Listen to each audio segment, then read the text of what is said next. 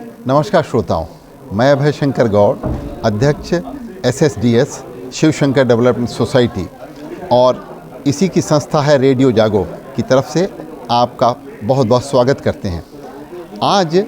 मध्य प्रदेश के भोपाल में टीकाकरण और बच्चों के अधिकारों के प्रति और उनके प्रति जो हिंसा होती है उसको रोकने के लिए एक यहाँ पर वर्कशॉप आयोजित हो रही है यूनिसेफ द्वारा। इस यूनिसेफ द्वारा आयोजित वर्कशॉप रेडियो फॉर चाइल्ड में विभिन्न स्थानों के रेडियो जर्नलिस्ट, रेडियो जॉकी और ऑल इंडिया रेडियो के साथ साथ FM रेडियो के बहुत से यहाँ पर रेडियो कलाकार यहाँ पे और रेडियो के फ्रेटर्निटी के बहुत से लोग यहाँ पे मौजूद हैं जो मंथन कर रहे हैं कि कैसे इन कार्यों को और गति प्रदान की जा सके। सभी श्रोताओं, आप लोग जानते हैं कि बच्चों,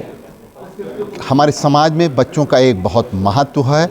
और बच्चे एक फूल के समान होते हैं और बच्चों के सपने एक पतंग के समान होते हैं। बच्चों की ये जो डोर है ये पतंग की डोर के समान है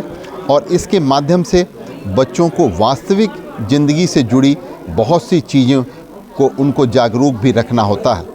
बच्चों को ऐसा वातावरण मिले जिससे कि बच्चे अपने देख सकें, बच्चे सपने देख सकें और उसी के साथ बच्चे अपने सपनों को साकार भी कर सकें। तो ये कैसे संभव हो सकता है, इसके लिए आज यहाँ पर यूनिसेफ के द्वारा आयोजित इस वर्कशॉप में बहुत से लोग मंथन कर रहे हैं कि बच्चों को अपना बचपन कैसे मिले और बच्चे अपने बचपन में सपनों को साकार करने के लिए जो उनको संघर्ष करना पड़ता है, बच्चों के प्रति जो समाज में हिंसा होती है उसको कैसे रोका जाए और साथ ही साथ बच्चों के अंदर एक आत्मविश्वास कैसे जागृत किया जाए। तो साथियों, इसी के साथ यहाँ पर टीकाकरण को लेकर भी मंथन हो रहा है। आप सभी जानते हैं कि भारत सरकार के सहयोग से टीकाकरण का एक महाअभियान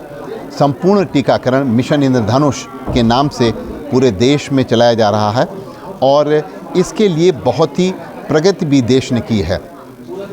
भारत एक ऐसा देश है जिसने कि इस क्षेत्र में संपूर्ण टीकाकरण के क्षेत्र में बहुत ही प्रगति की है और संपूर्ण टीकाकरण का जो कवरेज है वो बच्चों में 12 से 23 महीने के बच्चों में वो पहले जो 62% था पूरे नेशनल फैमिली हेल्थ सर्वे के आधार पर, वो अब 2019 और 21 में बढ़कर के 76% हो गया है। यानी कि एक बहुत आशातीत प्रगति हुई है और यूनिसेफ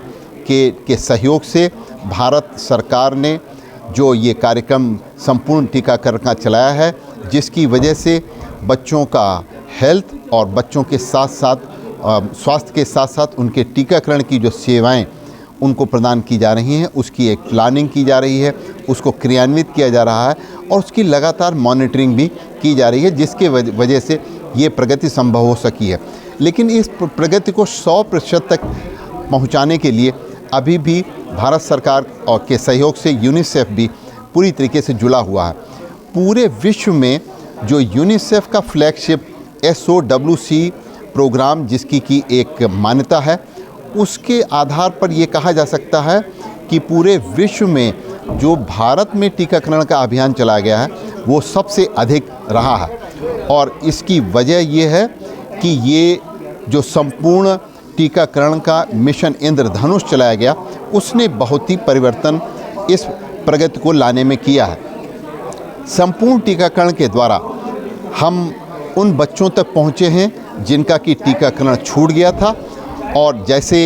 बहुत से हमारे ग्रामीण क्षेत्र के गरीब बच्चे हैं, वो बच्चे भी इसमें शामिल हैं जो जिनके माता पिता एक स्थान से दूसरे स्थान पर नौकरी करने के लिए चले जाते हैं, यानी कि माइग्रेंट्स हैं।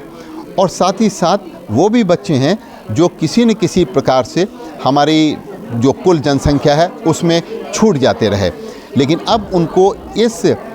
मिशन इंद्रधनुष में संपूर्ण टीकाकरण में उनको कवर करने के लिए IMI 5.0 भारत में चलाया जा रहा है। भारत ने इसमें ये अपॉर्चुनिटी ली है कि ये जो टीकाकरण है ये सब बच्चों तक पहुँचे जो 2 साल से 5 साल तक की उम्र के हैं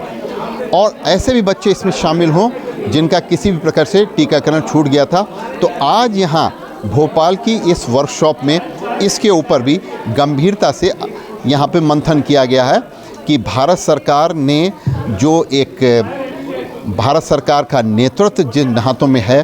उसने जो अपनी नेतृत्व क्षमता को दिखलाया है।